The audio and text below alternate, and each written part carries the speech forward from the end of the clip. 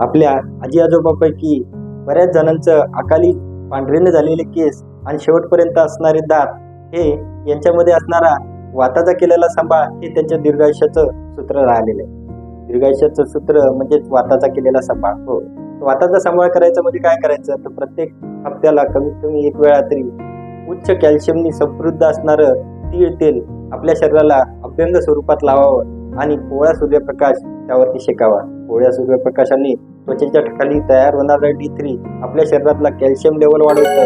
शरीराचा वात नाश व्हायला लागतो आणि वाताचा नाश झाल्यामुळे जरा अवस्था म्हणजे वाढणारं वय मात्र नियंत्रणात येतं. त्वचेच्या ठिकाणी तुकतुकी येते, मांसपेशीला बळकटी आणि शरीराच्या ठिकाणी रक्ताभिसरण सुधारून सर्व अवयवांची झीज भरायला मदत होते. शरीराची हा दीर्घायुष्याचा मूलमंत्र आपणही वापरला पाहिजे आणि आपल्या पूर्वजांप्रमाणे सुखी